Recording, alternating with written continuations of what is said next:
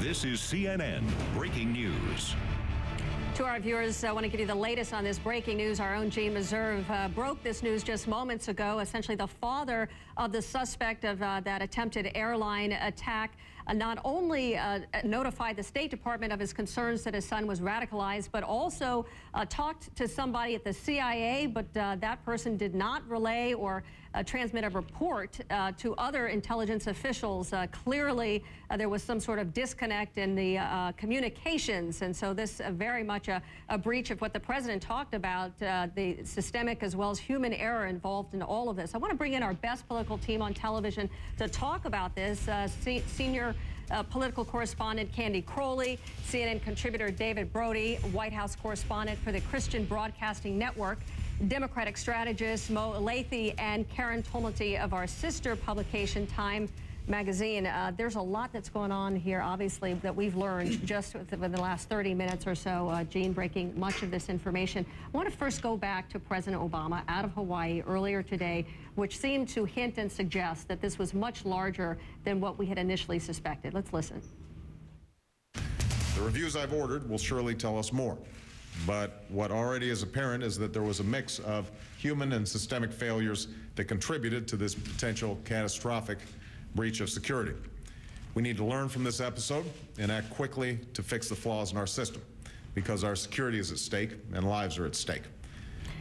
Anybody jump in? How serious is this a problem for President Obama if it looks like the intelligence, the CIA agent, had some information that was not passed on to other intelligence agencies about the potential threat of this suspect? I would suspect this is actually harder on the CIA than it's going to be on President Obama at this point. I don't think people are going to hold him responsible for someone in an embassy, a CIA agent in an embassy, not passing along a report. It sounds like the agency itself didn't put this report outside the agency. So here we are, 8 years after 9/11, when the whole problem was that no one talked to anyone else, and now it appears that, you know, people still aren't talking to each other, or they didn't take this seriously. One of those two things happened. Yeah, I was struck by the same thing. After 9/11, how many times did we hear the phrase connecting the dots?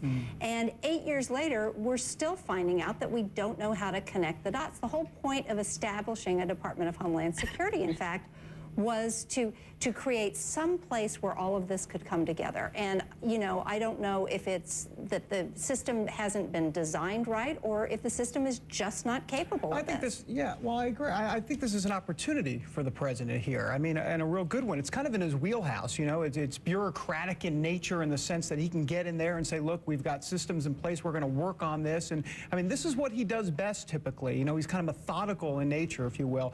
But I think the danger here is if he looks back too much to the Bush administration and starts to lay blame, you know, to look back those 8 years or so, you know, I think politically he has to watch out in that regard. Yeah, and I think that's right. And I was going to say the same thing. This really is an opportunity for this administration to say, and the president began to say that in his remarks yesterday, that, you know what, there are some problems here. Intelligence organizations are not talking to one another. We've got to fix this problem. And I think if he comes across as strong and decisive, it is a real good opportunity for him. And a little bit angry today. I mean, it was more than just forceful. So you saw the president that could, on occasion, kind of get, you know, Mr. Cool could kind of get a little angry. So I think that's what the American people actually would like to see. Like, if this is yet... This is CNN Breaking News. We're going to Gene Meserve for more breaking news. Gene, what do you have for us? You know, I told you earlier, Suzanne, about hearing from a well-placed source that the CIA had a report done after it talked to the father of this young Nigerian, and that this report went to CIA headquarters in Langley but was not disseminated to the wider intelligence community. I've now been told by a source that this is indeed what the president was referring to in his speech this afternoon when he talked about shards of information not being put together. I asked the White House for comment, and I got this back from an administration official. As the president's statement made clear, there was information held by the U.S. government in various places and in various forms that could have and should have been assessed, analyzed, and correlated with other information in a way that would have allowed us to disrupt the attempted terrorist attack before the suspect boarded an aircraft bound for the U.S. What we have here is a situation in which the failings were individual, organizational, systemic, and technological. We ended up in a situation where a single point of failure in the system put our security at risk, and goes on to say that the president is doing everything possible to correct this. Now, what we understand is that this report from the CIA in Nigeria that was held at Langley, that what was needed, according to our source, was for that to be disseminated more widely so it could be pieced together with other intelligence that had been picked up by United States and perhaps other intelligence services that was not named specific sorts of intelligence, but perhaps if they'd had this information about this kid, it could have been pieced together. But the intelligence community is pushing back a bit. We have a comment from an intelligence official saying the guy's father gave his son's name and passport number. That was disseminated. He said his kid might have connections to extremists in Yemen. That too was disseminated. I'm not aware of a magic piece of intelligence somehow withheld that would have put Abdul Muttalib on the no-fly list.